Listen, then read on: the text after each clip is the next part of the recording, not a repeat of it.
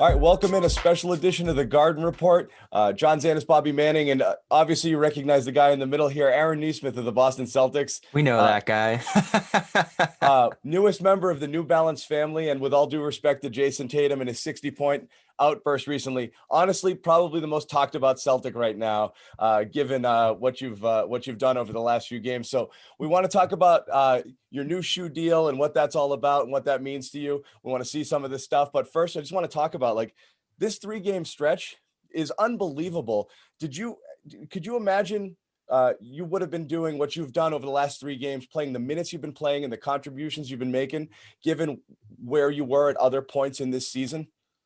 I mean, it's just continuing to work and continuing to believe and do the groundwork like every single day, not changing my routines, coming in early in the morning and doing what's asked of me, and then trying to do a little bit more, and making sure I'm paying attention to everybody, the guys who are playing, guys who aren't playing, so that when I get my opportunity, I make the most of it. Yeah, for sure. And the shot making, I think it's tough coming into the league, being a guy as a shooter who, is just getting a couple looks every night and, whether it's going in or not, he's kind of deciding whether you have a good game or a bad game. And to start this year, you weren't hitting a ton of shots, and now that's finally coming now. How tough was that to roll with, just having, 4 or 5 shots kind of decide, in your 15, 16 minutes, whether it was going to be a good night or a bad night? Just riding the wave of the ups and downs of the game of basketball in the NBA. Can't get too high on the game, can't get too low on the game. So, not shooting the ball that great in the beginning, just continuing to do what I do, continuing to work, and continue to get the same amount of shots and reps up every day. And I know they would start falling eventually. But what's that like though? You're out there and like, okay, I got a small window here to make my impact, okay? And then you leave the court and you're like, man, I had one look and I didn't knock it down, or maybe this didn't go the way I wanted it to go. You go back to the bench. Are you wondering like, am I going to get back in? Am I going to play next game? What's that been like, just kind of riding that rookie roller coaster? I mean, yeah, like a whole bunch of ups and downs, and your mind's everywhere sometimes. But you can't focus on that too much. Like I said, you got to make sure you live in the moment, be in the moment. So in the moment we're playing a game, whether I'm playing or not, my teammates are out there. They're working hard. They're trying to win a game. So I got to be locked in, and I got to help cheer them on, or I got to help anywhere I can in that moment.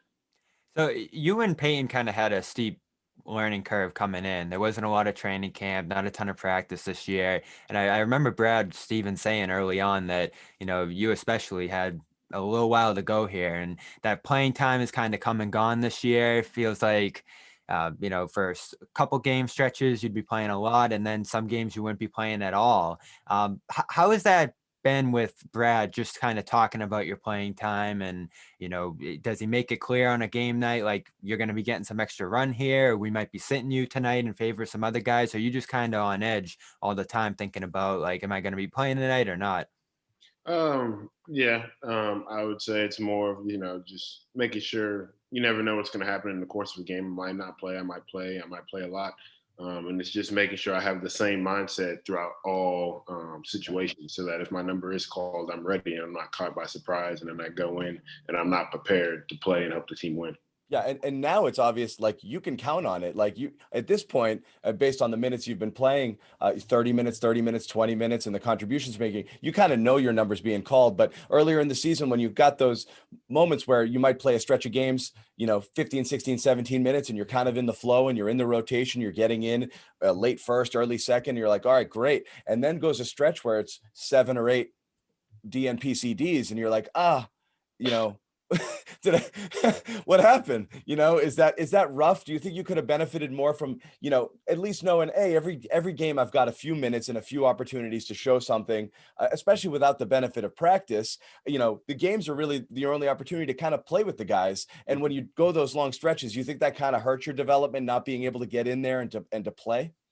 I mean, I think you can look at it from both perspectives. From a playing standpoint, obviously nothing's better than actually being in the game and getting reps up and, being able to run around with those guys. But from a mindset standpoint, I think it really helped me, take a step back and look at the game in a different view. And really help my preparation and every day, like every day, no matter what's going on, I have to show up. I have to show up to be ready. I got to show up to give 110% because I never know what's going to happen. Right. It can definitely help my mindset. What's it like playing for Brad? You know, I feel like he was tough on you early on, especially the way he was talking in some of those pressers. And I know you had a tough coach in college too, and Jerry Stackhouse, who was, grilling you in these film sessions that you talked about that were really just like, brutal, breaking down like every single thing about you. What's your relationship with Brad like? What kind of feedback are you getting from him on a constant basis? And, what does he press you most to improve on? Just being ready. Pretty much kind of like I said, he's a big guy, big standpoint on just being ready. And whenever your opportunity is called, you go in and you make the most of it. And if you're not doing that, and if you're not prepared, then that says something about you and your work ethic, and you're not taking the onus to go out there and make sure that you are ready for when you get the opportunity. Well, the one thing he's been saying recently is like the effort, and everybody can see it, like the effort on a nightly basis, and the like you literally just falling on your, falling on the floor, diving after loose balls into the stands. Well, first of all, like, do you wake up like literally just bumps and bruises everywhere after every game? And second is, did you have to like almost reinvent your style of play to earn those minutes and say, you know what, I'm just gonna go out there and just I'm going to try to be Marcus. I'm going to go lay it on the line. I'm going to dive for those loose balls, do everything possible and show, hey, I'm going to earn my minutes this way. And then I'm going to show you everything else I can do. Yeah. Actually, I feel great. Waking in the You're all morning. right? Great. Yeah. Because people are worried about you every night. I'm not kidding. They're like, is Aaron okay? No, I call it an art of falling. You got to know how to fall. Yeah. But yeah, it was just, like I said, being able to take a step back and look at the game, recognizing what the team needs, and just going out there and trying to do that to the best of my ability. A lot of teams need a guy who does the little things. It's not the most glamorous things, it's not always going to show up in the stat sheet, but every team needs it. For sure. And our own Sherrod Blakely was talking to a scout recently at Boston Sports Journal and kind of saying, like, all right, would we get right about Aaron? Would we get wrong about Aaron? And even they were like, we didn't see that side of his game at Vanderbilt, like just the all out hustle, intensity, diving for loose balls, getting on the boards, all that kind of stuff. And the scout actually said, I guess we kind of bleep that one up, right? Seriously, I'm happy for him. It seems like he found a role with those guys now. It's not the role we thought it would be or the role the Celtics thought it would be, but give him credit. He's figured out a way to get on the floor, which is huge for a rookie. I know Brian Scalabrine has said that on these broadcasts as well. And really everybody who watched you at Vanderbilt, like you've always been an intense guy, but like just I guess like Marcus Smart's the only way you could compare it. Just, the winning plays that they talk about, getting on the boards. I think the one I liked most from Friday was when you won a jump ball, you sprinted all the way down the floor. I think Brown had thrown the pass to Tatum and Tatum kind of mishandled it and you were right under the basket to scoop it up.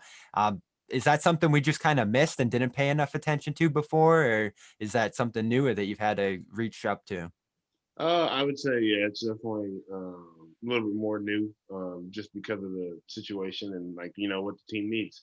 Like I said, like it's just something that the team needs right now to help win games and to make winning plays.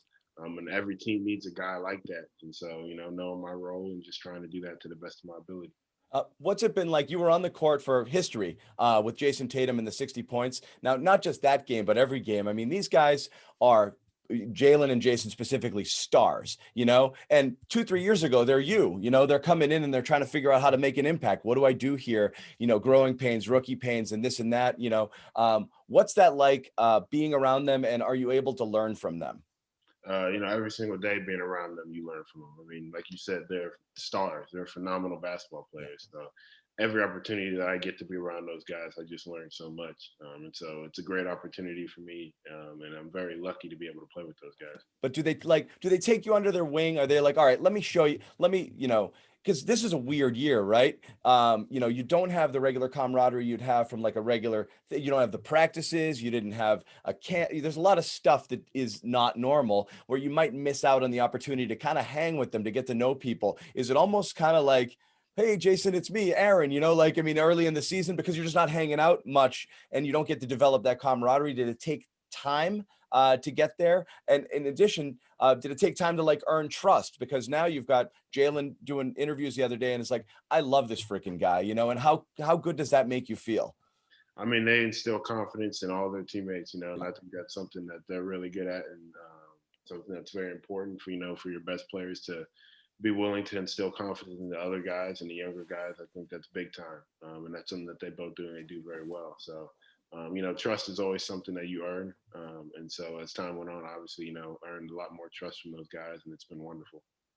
I know this is your first year in the NBA, but you've been in locker rooms forever, on teams forever. How different this year is that chemistry standpoint? I know we've even heard about there being like two different locker rooms, sort of, because of just the separation that everyone has to deal with COVID this year.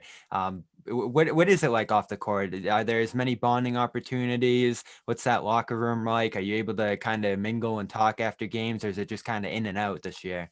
No, it's a big time camaraderie. Like Oh, good. everybody likes everybody. So, Mhm. I mean, we have like the separate locker rooms, at the arena because of COVID protocols, but at the practice facility, it's still all the same, and we're there more than anything. So, Is it rookies? Is it veterans? Or are you guys kind of all mixed in? Like who's in what locker room? yeah, it's all mixed in. Yeah. All pals. Yeah. Yeah. That let's move to the shoe because we did want to talk about it, the New Balance thing. Now this you wore New Balance prior to this endorsement. It's not like, oh cool, I'll start wearing them now. You dig this shoe. Tell us a little bit about the deal with these guys and what it means to kind of be part of the New Balance family. Oh man, it was a dream come true. Playing. Obviously, dreams playing the NBA, and then also, you want a shoe deal. So Right. the opportunity to be able to join the New Balance family was just absolutely amazing. It was super exciting, and see, it was a really easy choice too, just because of what they're doing in the basketball space. They're very unique opposed to other shoe companies. The approach that they're taking, and so that opportunity mixed with the people and just being so close in Boston, it was just like an easy decision. All right, let's see some of them. I know you got some of them on hand, and Yeah. So these are the last two that I've worn recently. Right. I would say this one's one of my favorite shoes. And then this one right here, I have like 3 or 4 different kinds of this shoe, but I Yeah. wear this one a lot as well. Yeah. So I know you're drawing some up and trying to come up with your own shoe right now, and I think it was kind of based off your story. How far along you with coming up with? I guess they're gonna be the Nesmiths. I don't know. No, they're not my own shoes. Just I Yeah. get to, like a color design and pretty much kind of just bring my growing up and envision my story and bring it to life a little bit in the shoes.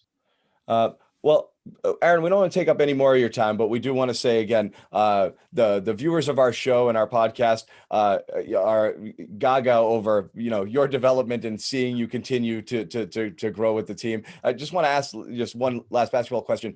Does it almost feel surreal, to be at this point in time playing the amount you're playing, not just the amount of minutes, the contributions you're making, but to be counted on in critical spots? And do you think you're going to continue with that role heading into what's hopefully going to be a substantial playoff run? We talk about on the show, kind of like you get to the playoffs, you have a tight rotation, a circle of trust, so to speak, and the rotation's really, really tighten. Do you think you've earned your way into that rotation? You expect to play a large role if the team progresses on? I definitely wouldn't say it's surreal. Playing basketball, you play to win, you play to compete. And so everybody in the NBA, everybody on this Celtics team is a very competitive person. So being able to play in those moments, that's what you play the game for. So, it's just fun for me. Yeah. And then going forward and, having a spot in the playoff rotations, it's not up to me. Just going to continue to go out there and do my job and help this team make winner plays and, whatever's best for the teams, whatever's best for the team. So, yeah. Bobby, anything to wrap it up? Because we want to let Aaron go on his way here. No, that's all I got. I mean, I guess you're involved in the playbook initiative too with the Celtics here, working on some social justice stuff, race, religion, gender, disability, just an inclusion initiative here. Can you expand a little bit on what kind of work you'll be doing with that? It's not like the playbook initiative is something that like New Balance and the Celtics is starting to push forward, but nothing too specific on that right now. I'm just very excited to be a part of it, and luckily because I'm so close to New Balance, I'm able to be a part of it. Awesome. Thank you, Aaron. Again, thank you for your time. Once again, this is a Garden Report with Aaron Nesmith, Celtics rookie guard, newest member of the New Balance family. Aaron, we'd love to have you on again. If you're ever hanging out and bored after a game, want to jump on our post-game show, the viewers and the fans would absolutely love to have you in there. So let us know in the future. But otherwise, good luck with the rest of the season, the stretch run here, the final 7 games, and then hopefully, as we said, on into the playoffs. Aaron Nesmith, thanks. Awesome. Thank you.